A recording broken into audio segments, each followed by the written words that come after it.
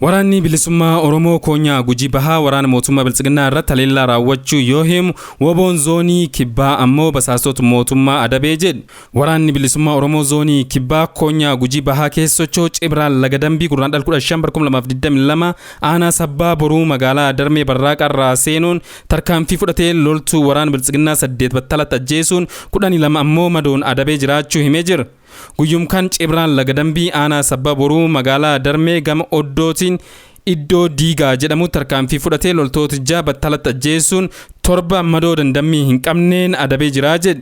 Ittuma fufuun Cibraan Laga Dambii aanaa Sabbaa Boruu ganda Siree Buuqii fi Qanxichaa gidduutti waraana mootummaa Biltsiginnaa kan konkolaataa lamaan aanaa Shaakkisoorraa gara aanaa Sabbaa Boruu deemaa ture irratti tarkaanfii fudhatee loltuu Biltsiginnaa 10 battalatti ajjeesuun 14 ammoo madoo dandammii hin qabneen adabee jiraachuu beeksiseera.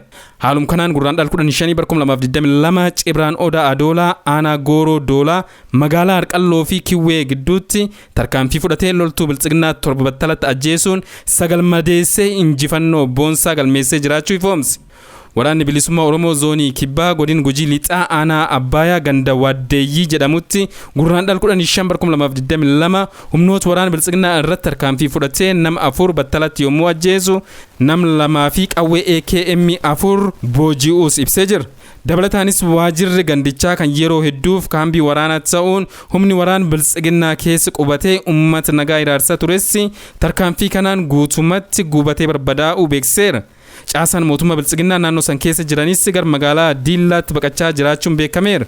Oduma wal fakkaatuun magaalaa Dambidolloo mandheeffachuun ijoollee Oromoo manhidhaa keessa baasee namni ajjeesisaa ture Abdii Yuusuf namni jedhamu haleellaa risaa qaama WBO onaa sanaan tarkaanfii irra fudhatameen ajjeefamu odeessi Dambidolloo irraan dhaqqabni ifoomse. Akka odeessi kanaatti namni kun yoo xiqqaate qeerroowwan 20 ol manhidhaa baasee kan ajjeesisee fi yeroo garaagaraatti akeekkachiis itti kennamaa turuu isaati.